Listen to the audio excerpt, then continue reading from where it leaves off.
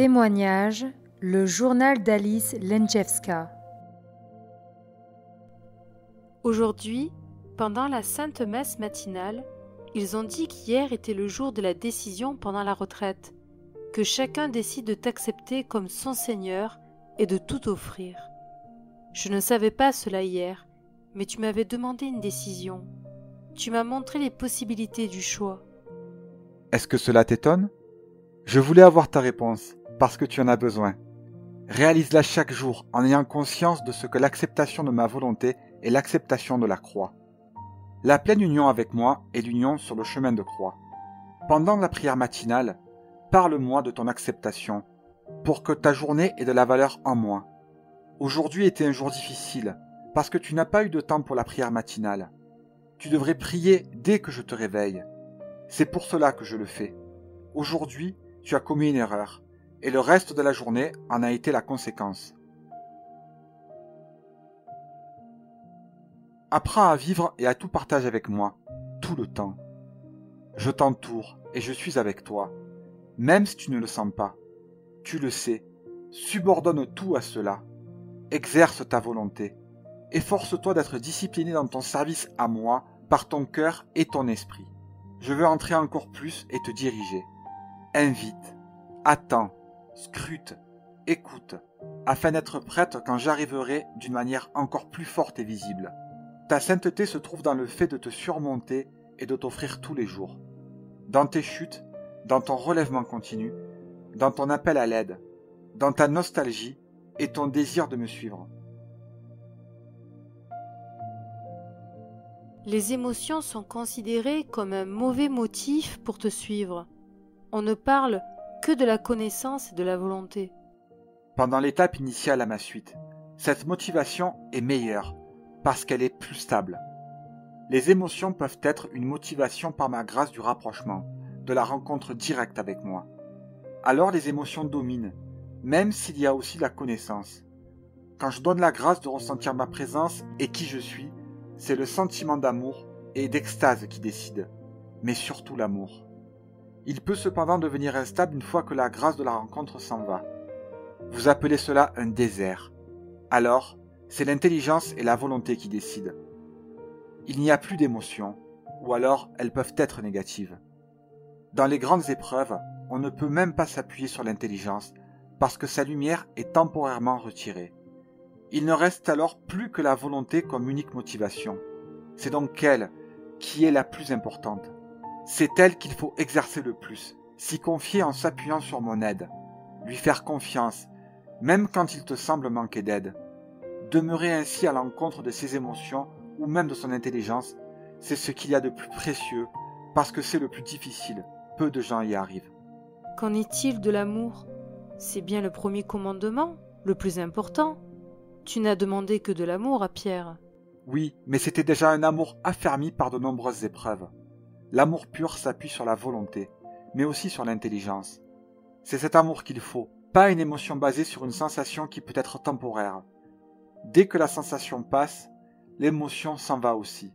S'unir avec moi, c'est s'unir dans un amour pur, durable, que rien ne détruira, mais dans lequel tout vient à la vie. L'amour est le plus important, mais le chemin vers un tel amour exige la peine de la connaissance et la peine de la volonté. Les hommes contemporains cèdent trop à ce qui est agréable, facile. Ils me suivront volontiers tant que cela est lié à du plaisir, à faciliter la vie dans le monde. Alors que le chemin à ma suite, c'est le chemin de croix des renoncements et de l'effort. Est-ce qu'on peut le construire sur des émotions simples et faciles ? On peut commencer par cela. C'est de cette manière que j'appelle certains. Mais ensuite doit venir l'étape de la peine de la connaissance, de l'effort, de la volonté. Pour justement arriver à la troisième étape, celle de l'amour parfait, pur, basé sur la volonté, l'intelligence et la joie du contact avec moi. À quelle étape est-ce que je me trouve ? À la limite de la deuxième et de la troisième. Mais puisque tu es quelqu'un du type émotif, ta position est peu stable. C'est pourquoi je te soutiens souvent. Ce n'est pas un reproche. Je t'ai formé ainsi.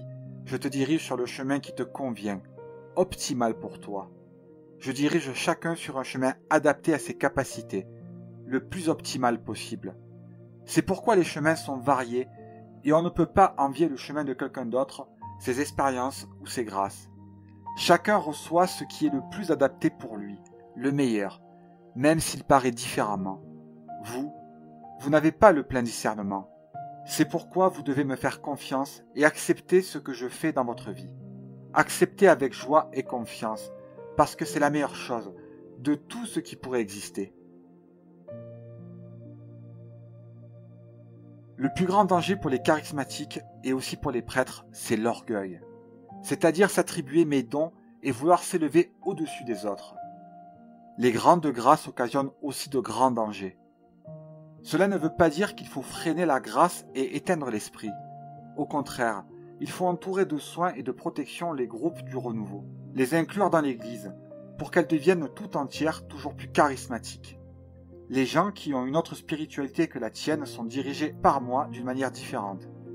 C'est pourquoi il y a autant de chemins, communautés, groupes, mouvements et congrégations.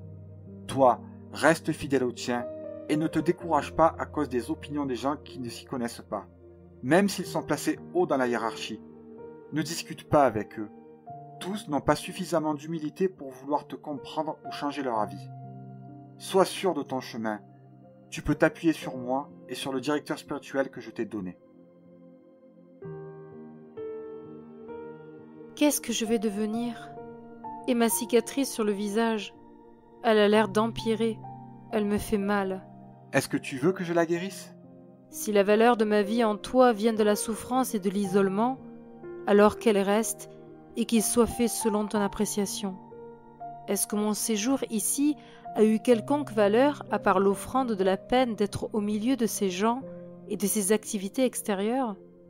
Tu étais et tu es pour les gens le signe que l'on peut vivre différemment, qu'il y a d'autres valeurs. L'homme est plus formé par les situations que par mes paroles. C'est pourquoi le sort de l'homme est un enchaînement de situations qui l'éduquent. Telle est mon action menant au salut de chacun. La plupart des gens ne le comprennent pas. Ils se défendent devant mon activité salvatrice dans leur vie, et ils la rejettent parce qu'ils ont leur libre arbitre. Ils choisissent un bien apparent, temporaire. Ce qui ne vient pas de moi n'est pas bon, même s'il peut prendre les apparences du bien pour tromper et éloigner de moi. Souvent, il s'avère être un mal dès cette vie. Si un homme comprend cela, il est sauvé. Sinon, il continue vers sa perdition, comme un aveugle, ce qu'il est essentiellement. C'est la cécité de l'âme, mise à mort par sa propre volonté. Seul un grand choc, la douleur ou l'aide du prochain peuvent le retenir et lui ouvrir les yeux de l'âme. La prière et le sacrifice pour l'homme perdu sont très utiles. Ils portent toujours leur effet.